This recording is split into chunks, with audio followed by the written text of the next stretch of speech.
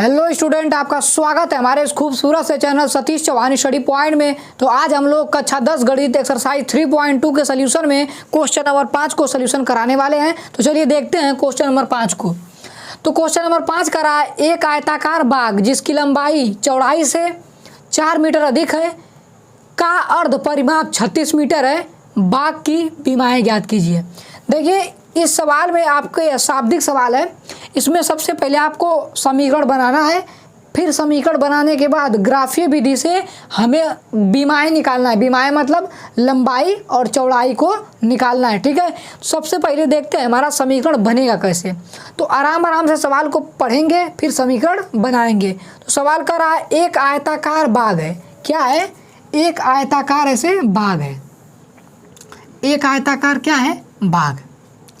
तो एक आयताकार बाग है जिसकी लंबाई चौड़ाई से 4 मीटर अधिक है। तो लंबाई है जो कि चौड़ाई से क्या है? 4 मीटर अधिक है। तो मान लेंगे माना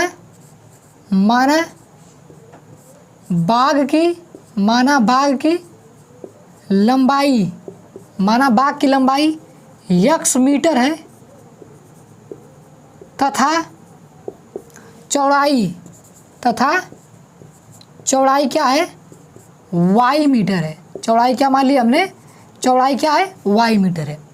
चौड़ाई y मीटर है। हमने लंबाई मान ली x मीटर है और चौड़ाई y मीटर है। अब कह रहा है कि जिसकी लंबाई चौड़ाई से 4 मीटर अधिक है, यानी लंबाई क्या है? लंबाई अधिक है किससे? चौड़ाई से। यानी चौड़ाई से लंबाई कितना अधिक है? 4 मीटर। इसका मतलब कि लंबाई और चौड़ाई में जो अंतर है 4 मीटर का है। यानी है कि नहीं अंतर 4 मीटर का? क्योंकि लंबाई 4 मीटर ज़्यादा है किससे? चौड़ाई से। लंबाई चौड़ाई से 4 मीटर क्या आ जाता है? इसका मतलब है कि लंबाई और चौड़ाई में अंतर कितने का है? 4 मीटर का। तो हमारा समीकरण ऐसे बन जाएगा कि x माइनस वाई बराबर 4। इसे हम लोग बोल सकते हैं समीकरण नंबर 1, ठीक है। इसे क्या बोल देंगे? समीकरण नंबर 1 कि लंबाई जो है चौड़ाई से 4 मीटर अधिक है। इसका मतलब इन दोनों का अंतर कितने का होगा? 4 का होगा, ठीक है। चलिए अब आगे कह रहा है कि का अर्ध परिमाप 36 मीटर है। मतलब कि इस बाग का जो आयताकार बाग है इसका क्या दिया है? अर्ध परिमाप दे रखा है। तो आपको पता है कि आयताकार जो कुछ भी होता है इसका मतलब आयत। तो आयत का जो परिमाप होता है, आयत का क्या होता है? जो परिमाप होता है वो क्या होता है? 2 कोष्ठक में लंबाई प्लस चौड़ाई। जो आयत का परिमाप होता है वो क्या होता है? 2 कोष्ठक में लंबाई प्लस चौड़ाई। लेकिन आयत का यहाँ पर क्या निकालना है? अर्ध परिमाप निकालना है। क्या निकालना है? अर्ध परिमाप की बात किया है। तो अर्ध परिमाप क्या हो जाएगा? अर्ध परिमाप को मतलब नीचे 2 से भाग दे देंगे। अर्ध का मतलब आधा, अर्ध का मतलब क्या होगा? आधा। तो मतलब 2 से क्या कर देंगे? भाग दे देंगे। क्या कर देंगे? 2 से भाग दे देंगे। जब 2 से भाग दे देंगे तो आई क्या हो जाएगा? कट जाएगा। तो केवल बचेगा हमारा लंबाई प्लस चौड़ाई। ये हमारा हो जाएगा क्या? अर्ध परिमाप। क्या हो जाएगा? अर्ध परिमाप। क्योंकि पूरा परिमाप होता है 2 कोष्ठक में लंबाई धन चौड़ाई। जब आधा करेंगे मतलब 2 से क्या करेंगे? भाग देंगे। जब 2 से भाग दे देंगे तो आई 2 क्या हो जाएगा? कट जाएगा। बचेगा लंबाई प्लस चौड़ाई। तो अर्ध परिमाप है लंबाई प्लस चौड़ाई। अब देखिए अर्ध परिमाप कितना है? 36 मीटर। अर्ध परिमाप कितना है? 36 मीटर। और लंबाई को कितना माने हैं? x माने हैं। और चौड़ाई कितना माने हैं? y माने हैं। तो हमारा समीकरण हो जाएगा कि x प्लस वाई बराबर 36। इसे बोल सकते हैं समीकरण नंबर 2। तो आपके पास 2 समीकरण बन गए। पहला है x माइनस वाई बराबर 4, दूसरा है x प्लस वाई बराबर 36। अब क्या करेंगे? जब दोनों समीकरण बन गए हैं तो अब इनसे बनाएंगे बॉक्स, फिर बनाएंगे ग्राफ, फिर इनका कराएंगे। ग्राफ को कैसे सॉल्व किया जाता है वो आपको बता चुके हैं, लेकिन फिर भी हम सॉल्व करेंगे क्योंकि हमें क्या निकालना है? विमाएँ ज्ञात करना है। विमाएँ ज्ञात करने का मतलब हमें लंबाई और चौड़ाई को क्या करना है? ज्ञात करना है। तो कैसे ज्ञात करेंगे? हम ग्राफ बना के ज्ञात करेंगे, ठीक है। तो आई थिंक आपको यह समीकरण कैसे बनाए हैं समझ में आ गया होगा। तो आराम से उसको उतारिए, आगे बढ़ते हैं। तो चलिए x प्लस वाई बराबर 36 समीकरण हमारा था, और एक था x माइनस वाई बराबर 4। किसी को एक मानो, किसी को 2 मानो, हमें से कोई मतलब नहीं, किसी को मान सकते हो। अब क्या करेंगे? हम इन दोनों से बॉक्स बनाएंगे। इन दोनों से क्या बनाएंगे? बॉक्स बनाएंगे। कैसे बॉक्स बनेगा देखिए ध्यान से। बॉक्स बनाते कैसे हैं? देखिए सिंपल तरीका इसका होता है बॉक्स बनाने का। यहाँ पर लिखेंगे x, यहाँ पर लिखेंगे y। अब यहाँ पर x और y के ऐसे मान रखेंगे, x और y के ऐसे मान रखेंगे जिससे समीकरण क्या हो जाए, संतुष्ट हो जाए। तो x का हम कितना रख दें, अगर हम x रख दें कितना, x रख दें 24, x क्या रख दें 24, तो y कितना होना पड़ेगा 12, y कितना होना पड़ेगा 12। तभी तो देखो x लिखो कितना 24 और y कितना लिखो 12, तो 24 12 कितना हो जाएगा 4 2 6 2 1 3 36 बराबर 36। तो हो गया हमारा यहाँ पर x 24 हो गया और y कितना हो गया 12, तो हमारा समीकरण क्या हो गया, संतुष्ट हो गया। तो x कितना है 24 और y कितना है 12। एक और वैल्यू लेते हैं जिस पर हमारा समीकरण क्या हो जाए, संतुष्ट हो जाए, क्या हो जाए, संतुष्ट हो जाए। तो एक ले लेते हैं कितना, एक ले लेते हैं x बराबर मान लेते हैं हम कितना 20, x बराबर कितना मान लेते हैं 20, तो y बराबर कितना हो जाएगा, अगर x 20 है तो y कितना होना पड़ेगा 16, y कितना होना पड़ेगा 16, तो 20 + 16 कितना हो जाएगा 36, तो x हो गया 20 और y कितना हो गया 16। हमारा समीकरण क्या हो गया, संतुष्ट। यानी हमें 2x और y के ऐसे मान रखने होते हैं जिस पर हमारा समीकरण क्या हो जाए, संतुष्ट हो जाए, तो हमारा बॉक्स क्या हो जाता है, बन जाता है, बॉक्स क्या हो जाता है, बन जाता है। ठीक है, चलिए अब आगे बात करते हैं। इसके लिए भी ग्राफ बना लेते हैं, इसके लिए भी बॉक्स बना लेते हैं, नीचे ही बना लेते हैं।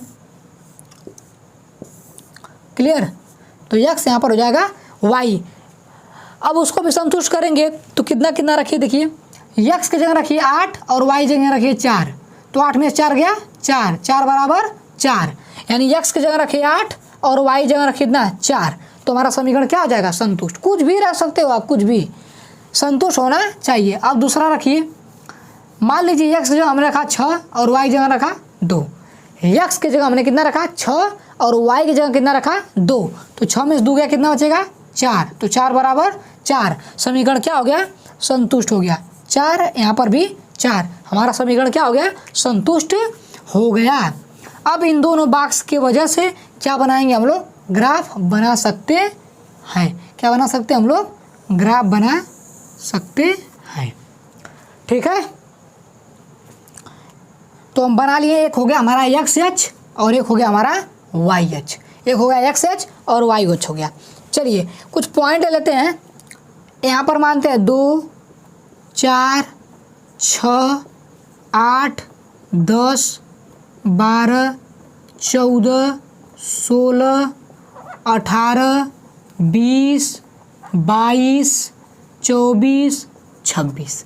ठीक, ऊपर भी ऐसे ले लीजिए 2 4 6 8 10 12 14 16 18 20 22 24। ठीक, चलिए पहले जो x + y बराबर 36 है उससे बनाते हैं। x पे कितना है 24, y पे कितना है 12, तो x पे हमें चलना है 24, x पे कितना चलना है 24 और y पे कितना चलना है 12। ठीक है, तो x पे चलना है 24 और y पे चलना है कितना 12। तो बनाते हैं, आराम से बनाएंगे। आप लोग क्या करेंगे, ग्राफ पेपर ले लेंगे और एक स्केल ले लेंगे और बढ़िया से बनाएंगे, ठीक है ना, ताकि आपका गलत ना हो। तो यह पॉइंट आया कितने का 24, 12 का।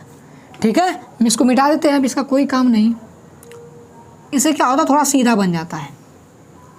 x पे 24 और y पे कितना है 12।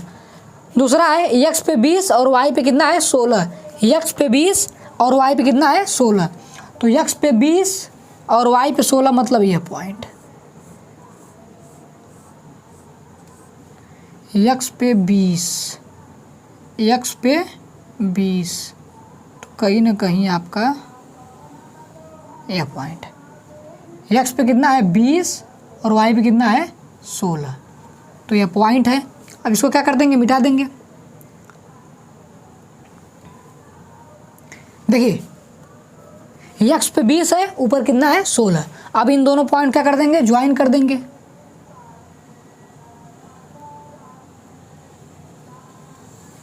तो ये जो ग्राफ बना किसका बना, x + y बराबर 36 के समीकरण का ग्राफ बन गया। ठीक है, अब हम दूसरे के लिए बनाएंगे। तो x पे चलना है 8 और y पे कितना चलना है 4, तो x पे चलना है 8 और y पे चलना है आपका कितना 4। देखिए कहीं कुछ है होगा, x पे 8 और y पे कितना चलना है 4। तो ठीक है, यह पॉइंट आ रहा है x पे 8 और y पे कितना 4, और दूसरा है x पे 6 और y पे 2, तो x पे 6 और y पे 2, मुझे लगता है यह पॉइंट है, x पे 6 और y पे 2, यह पॉइंट है, x पे 6 और y पे 2। अब इन दोनों क्या कर देंगे, ज्वाइन कर देंगे, अब इन दोनों क्या कर देंगे, ज्वाइन कर देंगे, ठीक है, इन दोनों क्या कर देंगे हम लोग, ज्वाइन करेंगे, तो कुछ हमारा ऐसे हुए जाएगा ग्राफ, हमारा कुछ ग्राफ ऐसे, आप स्केल लेंगे तो आपका सीधे ऐसे करके आपका कट करेगा, तो कहीं ना कहीं हमारा ग्राफ यहाँ पर क्या किया, कट कर दिया। और यह ग्राफ किसका है, ये ग्राफ है x माइनस वाई बराबर 4 का, ठीक है, तो x प्लस वाई बराबर 36 वाला ग्राफ और x माइनस वाई बराबर 4 वाला ग्राफ, ये दोनों इस बिंदु पर कट करें और उस बिंदु को P मान लेते हैं, क्या मान लेते हैं, P। तो जिस बिंदु पर कट कर रहे हैं उस बिंदु का जो निर्देशांक होगा वही क्या होगा, बीमाएँ होंगी, वही क्या होंगी, बीमाएँ होंगी। तो चलिए निकालते हैं इस पॉइंट का निर्देशांक कितना है। तो यह पॉइंट अगर ध्यान से देखें तो x पे कितनी दूर है, 20, आगे कितना है 20 और ऊपर कितना है 16, तो यानी इस पॉइंट का निर्देशांक कितना है 20,16। इस पॉइंट का निर्देशांक कितना है 20,16, यानी x पे कितना है 20 और y पे कितना है 16। तो यही है क्या, आपकी बीमाएँ। बीमाएँ का मतलब x को क्या माने थे, लंबाई, और y क्या माने थे, चौड़ाई। तो लंबाई हमारी 20 है, चौड़ाई हमारी y है। अब देखिए दोनों समीकरणों को संतुष्ट भी कर रही है, क्योंकि 20 और 16 जोड़ोगे 36 आ जाएगा, 20 में 16 घटाओगे 4 आ जाएगा। तो कैसे पता करेंगे बीमाएँ, जहां हमारा ग्राफ कट किया उस वो जो निर्देशांक होगा वही होगा हमारी बीमाएँ, वही होगा हमारा लंबाई और चौड़ाई का मान, वही होगा x और y का मान। तो आई होप आपको पहला सवाल समझ में आया होगा, 5वां सवाल समझ में आया होगा। चलिए अब आगे बढ़ते हैं। चलिए क्वेश्चन नंबर 6 देखते हैं। करा एक रैखिक समीकरण 2x प्लस 3y माइनस 8 बराबर 0 दिया गया है। दो चरों में एक ऐसी और रैखिक समीकरण लिखिए ताकि प्राप्त युग्म का ज्यामितीय निरूपण प्रतिच्छेद करती रेखाएं हो, समांतर रेखाएं हो या संपाती रेखाएं हो। पहले मतलब समझिए सवाल क्या कर रहा है। देखिए अभी तक आप क्या पढ़े हैं कि अगर दो समीकरण है तो आप बता देंगे वो प्रतिच्छेद कर रहे हैं कि समांतर होंगे कि संपाती होंगे। दो समीकरण है तुलना करके बता देंगे, तुलना करके बता देंगे कि नहीं। लेकिन इसमें क्या कह रहा है कि एक समीकरण दे दिया है, एक समीकरण पहले से दे दिया है, अब उसके बाद आपको एक ऐसा समीकरण और लाना है ताकि वो नया समीकरण आके है पुराने वाले समीकरण के साथ मिले और ये दोनों जो रेखाएं हो प्रतिच्छेद करती रेखाएं हो। मतलब आपको एक ऐसा समीकरण और बनाना है जिससे कि यह समीकरण और जो नया समीकरण आए उससे वो दोनों समीकरणों का जो हम फिर तुलना करने पे जो रेखाएं बने वो कैसी हो, प्रतिच्छेद करती रेखाएं हो। फिर आगे ये समीकरण पहले से दिया है, फिर एक समीकरण और ऐसा लाना है जिससे मिलने के बाद जो दो समीकरणों को तुलना करने के बाद क्या हो कि वो समांतर रेखाएं वाला हो। फिर एक ऐसा समीकरण और लाना है जिससे वो दोनों समीकरण कैसे हो, संपाती रेखाएं वाले हों। तो आपको ऐसा सोचना है। तो सबसे पहले प्रतिच्छेद करती रेखाएं वाला है तो आपको पता होगा कि a1/a2 not equal to b1/b2 अगर रहता है, अगर a1/a2 not equal to b1/b2 रहता है तब हमारी जो रेखाएं होती हैं क्या होती हैं, प्रतिच्छेदी होती हैं। क्या होती है, रेखाएं प्रतिच्छेदी होती हैं। तो हमारे पास एक ठे दे रखा है क्या, 2x प्लस 3y माइनस 8 बराबर 0। तो हम दूसरा ऐसा कुछ लें जिससे कि a1/a2 not equal to b1/b2 हो। तो मान लेते हैं हम दूसरा लेते हैं 3x प्लस 2y माइनस 9 बराबर 0। यह हमने दूसरा समीकरण लिया और वही वो लेने के लिए कह भी रहा है कि ये दे रखा है और दो चरों में एक ऐसी और रैखिक समीकरण लिखिए। दो चरों में एक और समीकरण लिखना है जिससे वो जो समीकरण आप लिखो और जो पहला वाला समीकरण है वो दोनों कैसे हो, प्रतिच्छेद रेखाएं करती हूँ। इन दोनों से जो रेखाएं बने कैसी हो, प्रतिच्छेद करती रेखाएं हो। तो अगर इन दोनों से अगर आपको प्रतिच्छेद करती रेखाएं प्राप्त करना है, इसका मतलब इन दोनों में अगर आप अनुपात निकालोगे a1/a2 और b1/b2 तो आपको दोनों बराबर नहीं होंगे, तभी प्रतिच्छेद वाला कंडीशन होती है। तो ध्यान से देखिए a1 है 2 और a2 है 3, b1 है 3 और b2 कितना है 2। तो ध्यान देखो बराबर नहीं है, ये दोनों बराबर है, ये दोनों बराबर नहीं है। इसका मतलब इन दोनों से जो ग्राफ बनेगा वो प्रतिच्छेदी रेखाओं का बनेगा। तो हमारा जो समीकरण लिए हैं वो यह है। और एक बात बता दें, हमने यह माना है, आप कुछ दूसरा भी मान सकते हो, आप कुछ भी ले सकते हो, बस इतना ध्यान देना है कि जो ले रहे हो और जो पहले है उन दोनों में A1/A2 not equal to B1/B2 होना चाहिए। क्लियर। अब आगे हमें ऐसा लेना है समीकरण जो कि इसके साथ कैसा बिहेव करे, समांतर रेखाएं वाला। तो पहला तो है 2x + 3y - 8 = 0। अब समांतर के लिए आपको पता होना चाहिए कि A1 अब समांतर के लिए क्या होता है, B1/B2 not equal to C1/C2 होता है, यानी B1/B2 C1/C2 के बराबर नहीं होता है। तो हमें कुछ दूसरा ऐसा लेना है जिसे ऐसा हो। तो मान लीजिए क्या करें, 4x क्या कर ले, 4x + 6y + 5 = 0।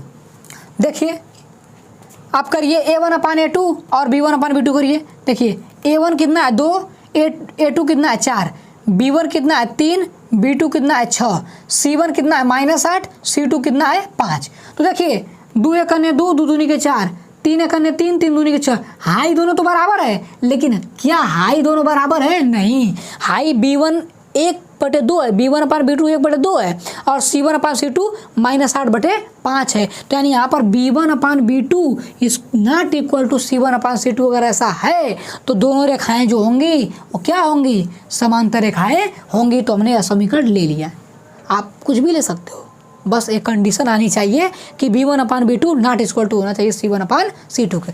तीसरा केस है, आपको ऐसा समीकरण लेना है जिससे जो रेखाएं हो समपाती हो। तो पहले तो आपको दे रखा है कितना है, 2x + 3y -8।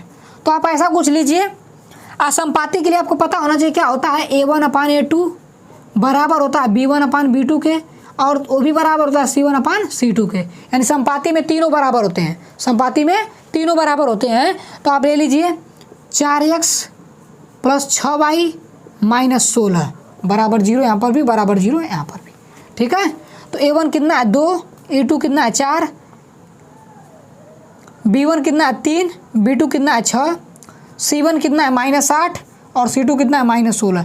तो 2 एक अन्य 2, 2 दूनी के 4, 3 एक अन्य 3, 3 दूनी के 6, माइनस माइनस कट गया, 8 एक अन्य 8, 8 दूनी के 16।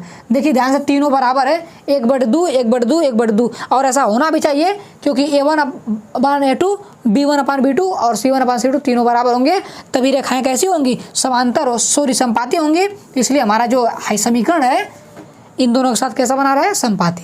तो ऐसे ही आपको लेने थे, आपको एक दूसरा समीकरण बनाना था जिससे जो पहला समीकरण दिया है एक बार प्रतिच्छेद करे, एक बार समपाती हो, एक बार क्या हो, समांतर हो। जो हम करे हैं वो सेम आप उतारें, जरूरी नहीं है, आप कुछ भी ले सकते हैं, बस कंडीशन सेटिस्फाई होनी चाहिए कि प्रतिच्छेदी में A1/A2 not equal to B1/B2 हो, फिर उसके बाद समांतर में B1/B2 not equal to C1/C2 हो, फिर समपाती में A1/A2 B1/B2 और C1/C2 तीनों क्या हो, बराबर हो। तो दोस्तों यहीं पर करते हैं वीडियो को समाप्त और अगले वीडियो में और क्वेश्चन करेंगे। तब तक के लिए धन्यवाद। जय हिंद, जय भारत।